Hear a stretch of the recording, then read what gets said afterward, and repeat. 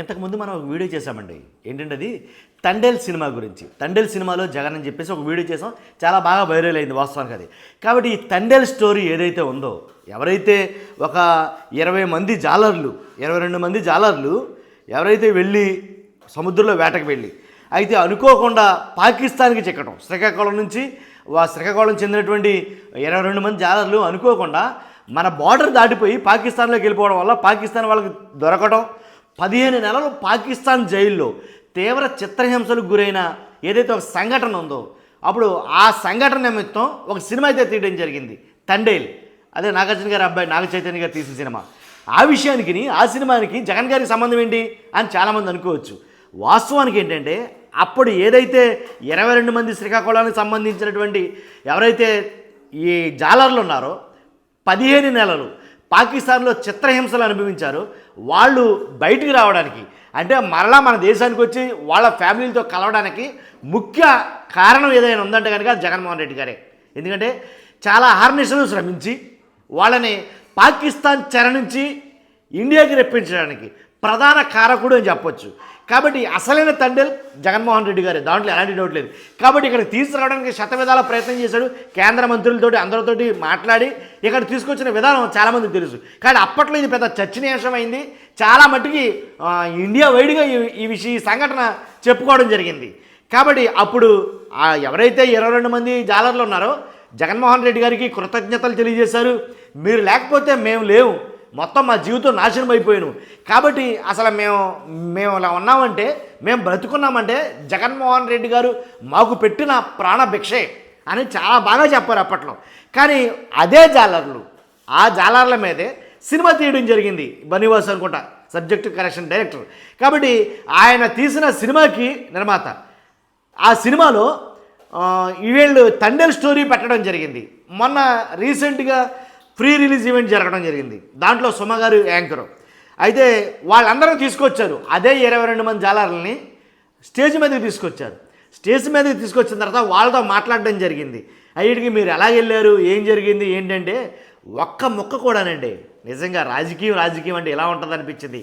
ఒక్క ముక్క కూడా జగన్మోహన్ రెడ్డి గారి గురించి చెప్పకపోవడం. అరే మీరు ఎలా వచ్చారంటే మేము ఇక్కడికి వచ్చేసామని చెప్పారు. తర్వాత ఎక్కడ కూడా జగన్మోహన్ రెడ్డి గారి పేరు కూడా ఎత్తకుండా చాలా బాగా మేనేజ్ చేశారు. ఎందుకంటే మాటకు ముందు జగన్మోహన్ రెడ్డి గారు, మాటకు తర్వాత జగన్మోహన్ రెడ్డి గారు అని మాట్లాడిన వాళ్ళ చేత కనీసం ఒక్కసారి కూడా మేము ఇలా ఉన్నామంటే దానికి కారణం జగన్మోహన్ రెడ్డి గారిని ఇప్పుడు చెప్పించకపోవడం చాలా గొప్ప చర్చనీయాంశం. ఏంటంటే అది మరి కూటమి ప్రభుత్వం వల్లనో లేకపోతే కావాలని చెప్పించకపోవడమో, అంటే జగన్ గారి పేరు చెప్పొద్దని ముందే ఇన్స్ట్రక్షన్స్ ఇచ్చారో, జగన్ పేరు చెప్పొద్దు, మీరు చెప్తే బాగోదు కాబట్టి లేనిపోయిన సమస్యలు వస్తాయని అన్నారో ఏంటో తెలీదు. నయానో భయానో మొత్తానికి జగన్మోహన్ రెడ్డి గారి పేరైతే కనుక చెప్పలా.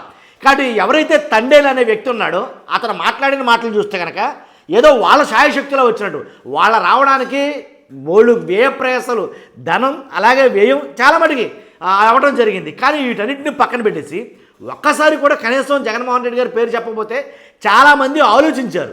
ఎందుకంటే ఇదేంటబ్బా, అసలు వీళ్ళు బ్రతుకున్నారంటే అది జగన్మోహన్ రెడ్డి గారు పెట్టిన భిక్షే కదా.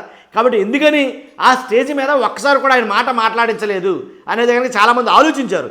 ఒక్కసారి చూద్దాం ఏంటంటే ఏం మాట్లాడారు అనేది.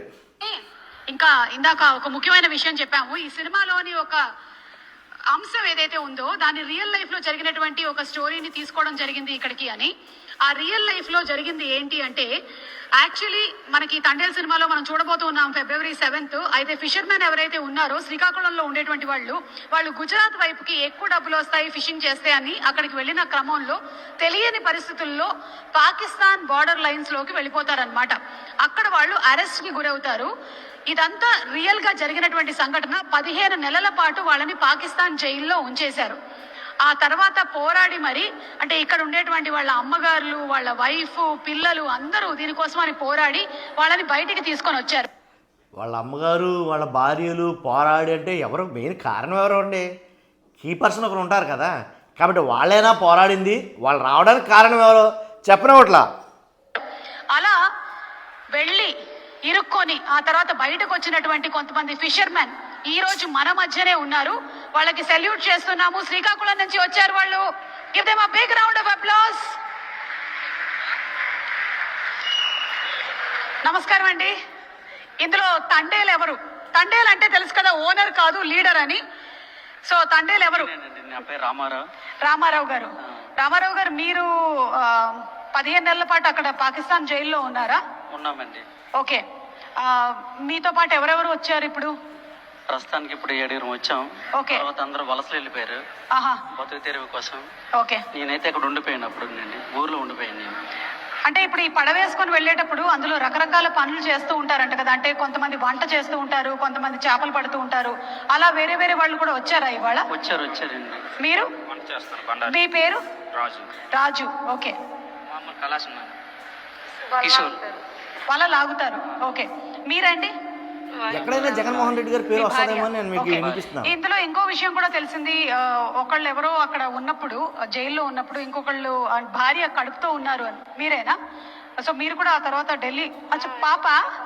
ఓ బుజ్జి తల్లి, నువ్వేనా బుజ్జి తల్లి? మా భార్య గారు. ఓకే. అప్పుడు జైల్లో ఉన్నాను నేను. ఓకే. ఏమైనా చెప్పాలనుకుంటున్నారా? అంటే ఇది సామాన్యమైనటువంటి విషయం కాదు. ఆ పాకిస్తాన్ జైల్లోకి వెళ్ళి అందులో నుంచి మీరు బయటకి రావడం అనేది చిన్న విషయం కాదు అది. సో దీని గురించి ఏమైనా చెప్పాలనుకుంటున్నారా?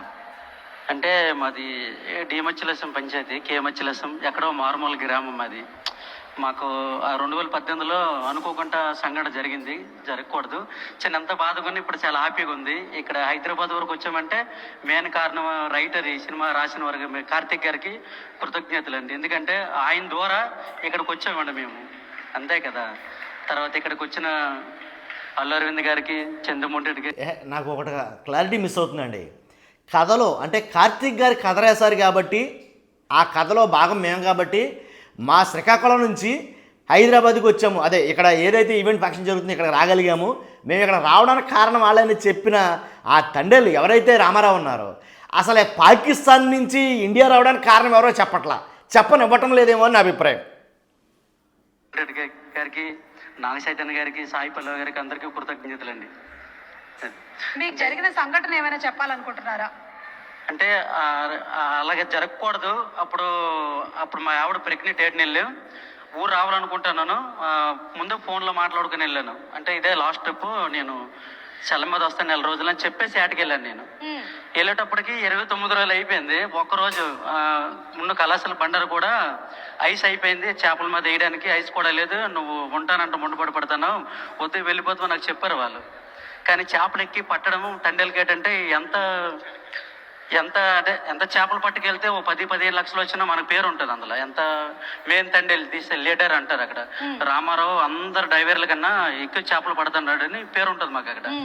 అలాగే ఆ చేపలు పడుతూ ఎక్కి పడుతుంటే ఆ బోట్ల కల్లా నా వెంటే పంపిస్తారు వాళ్ళు. అంటే నేను ఎక్కడ వాళ్ళు వేస్తే అక్కడ వాళ్ళు వేసేస్తుంటారు. మాకు వైర్లెస్ ఉంటుంది అక్కడ. ఇక్కడ వచ్చేస్తుంది వేసేస్తానంటే వాళ్ళందరూ వాళ్ళు వేసేస్తుంటారు. అలాగా మెయిన్ తండ్రిలు అంటారు. నాకు వెనకాల వస్తుంటారు. అంటే రామారావు ఎక్కువ చేపలు తెస్తే ఆ రామారావు వెంట వెళ్ళండి, ఆయన ఎన్ని రోజులు చేస్తే 2 రోజులు ఆయన వెనకాల రండి అంటారు వాళ్ళు. అది అంటే వచ్చే టైంకి మా భార్య 7 నెలలు ప్రెగ్నెంట్. కానీ రావాలనుకున్న టైంకి తెల్లవారుతుంది. అనుకోకుండా లేవి, పాకిస్తాన్ లేవి అని నాకు తెలియదు. అంటే బ్లాక్ కలర్లో ఇండియా లేవి ఉంటుంది, పాకిస్తాన్ లేవి ఉంటుంది. దగ్గరికి వస్తే పాకిస్తాన్ జెండా కనపడుతుంది. కొంత దూరంలో ఉంది. అక్కడ దగ్గరకు వచ్చేటప్పటికి పాకిస్తాన్ జెండా కనపడుతుంది. గుండె జారిపోయింది నాకు. ఏంటి ఇలాగ జరిగింది? ఈ బ్యాచ్ మొత్తం నన్ను తప్పుగా అనుకుంటారు, ఈయన వెనకెత్తలు నన్ను నమ్ముకొని పంపించారు. చాలా ఫీల్ అయ్యి నేడుపు వచ్చింది. కానీ తప్పదు. అప్పుడు వీళ్ళకి దగ్గర చెప్తే అలాగా ఈవిడ కూడా తెలియదు పాపం. మాకు అక్కడ తీసుకెళ్ళిపోయి ఒక 20 కిలోమీటర్ దూరంలో వదిలేశారు అక్కడ. అంటే మీరు తినండి, మీకు వదిలి ఇడిచిపెట్టేస్తామని చెప్పారు వాళ్ళు. కానీ మీకు మా బట్టలు టీవీలు ఏమైనా బోట్లో టీవీలు ఉంటాయి చూడడానికి. అప్పుడప్పుడు కాలుగున్న వేసుకుంటాం టైంపాస్కి. ఆ టీవీలకి వెళ్ళి పట్టుకెళ్ళిపోతాంటారు. పోనీ పట్టుకెళ్ళిపోయిన దాంతో మాకు పని లేదు, వదిలేస్తున్నా అంటారు. హ్యాపీగా ఫీల్ అయ్యాం. ఆ తర్వాత మళ్ళీ వెంటనే సడన్గా మళ్ళీ మాకు వైర్లెస్ వచ్చింది. తీసుకొచ్చేసి జైలుకి తీసుకెళ్ళిపోమని మాకు వచ్చిందంటే మళ్ళీ గుండె అయిపోయినంత పని అయిపోయింది. పాకిస్తాన్ అంటే భయం కదా. ఆ జైలు పేరు వింటేనే మాకు భయం వేస్తుంది. చాలా భయం. మరి మీరు అందులో ఉన్నారు అంటే సామాన్యమైన విషయం కాదు. చాలా ఎంత బాధపడ్డామో అంత సంతోషంగా ఉందండి. ఎందుకంటే ఎక్కడో మారుమూల గ్రామం, కేమచ్చలేసం, హైదరాబాద్ వరకు వచ్చిందంటే సినిమా మా మత్స్యకారులు పడే కష్టాలు, బాధలు. ఈవిడ గల్లీ నుండి ఢిల్లీ వరకు తిరగడం చేయడం. తర్వాత ఏంటంటే అందరూ వెళ్ళారా అండి? రండి ఇక్కడ రండి. ఓకే. తిరగడం చేయడం. ఇలా రండి, ఇలా ఇటు రండి. మీరు ఎవరైనా మాట్లాడాలనుకుంటున్నారా? అమ్మా చెప్పమ్మా. చాలా ధైర్యంగా నిలబడి పోరాడావని విన్నాను అప్పుడు. అవును మేడం. గ్రేట్ అమ్మా. పోరాడాను కాబట్టి వాళ్ళు అక్కడి నుంచి వచ్చారు. ఓకే, అంటే మీకు ఎప్పుడు తెలిసింది 29 డేస్ వెళ్ళిపోతున్నారు అని చెప్పారు కదా, 29 రోజులు, ఆ తర్వాత మీకు ఎప్పుడు తెలిసింది? నాకంటే 29 డేస్. ఈ సోదంతా నేను చెప్పలేను కానండి, అసలు ఎలా వచ్చారన్న మాట చెప్పరండి వీళ్ళు. నాకు తెలియగడుతాను 15 నెలలు అష్ట కష్టాలు పడితే కనుక రాష్ట్ర ప్రభుత్వం కేంద్ర ప్రభుత్వంతో సంప్రదింపులు జరిపి కేంద్ర మంత్రిత్వ శాఖలతోటి చాలా మందితో సంప్రదింపులు జరిపి ఒక ఏదో పక్క రాష్ట్రమో పొరుగు రాష్ట్రం నుంచి కాదు, పాకిస్తాన్ నుంచి రావాలంటే సామాన్యమైన విషయం కాదు, పాకిస్తాన్ నుంచి కూడా రప్పించాడు. కాబట్టి ఆ రోజున అన్ని ప్రముఖ పత్రికలు జగన్మోహన్ రెడ్డి గారి పక్కన ఏదైతే ఇప్పుడు మాట్లాడుతున్నాడో రామారావు గారు, ఏంటి అక్కడి నుంచి ఇక్కడ రావడానికి మా ఆవిడ వెళ్ళింది ఎలా మాట్లాడుతున్నారో, ఎవరైతే జగన్మోహన్ రెడ్డి గారితో పాటు ఆ ఏళ్ళ మాట్లాడిన మాటలు వింటే నిజంగా అసలు ఆశ్చర్యం వేస్తుంది. కాబట్టి పక్కన నిలబడి జగన్మోహన్ రెడ్డి గారిని మధ్యలో నుంచోబెట్టి ఆ పక్కన ఈ పక్కన ఫోటోలు దిగిన ఈ జాలర్లు వీళ్ళ చేత కూడా ఒక మాట కూడా మాట్లాడించకుండా చాలా బాగా బ్యాలెన్స్ చేశారేమో అనేది నా పర్సనల్ ఒపీనియన్. కాబట్టి ఏదేమైనా సరే, అంటే ఇదే విషయం వేరే ప్రభుత్వంలో జరిగితే గనక అనుకుందాం, సపోజ్ ఇదే మాట వేరే ప్రభుత్వంలో జరిగి ఉంటే కనుక ఈ పాటికి చాంతాడంత డప్పు కొట్టేవారేమో, దాంట్లో ఎలాంటి డౌట్ లేదు. అంటే కావాలని చెప్పడం లేదన్నమాట, వాస్తవం ఇది.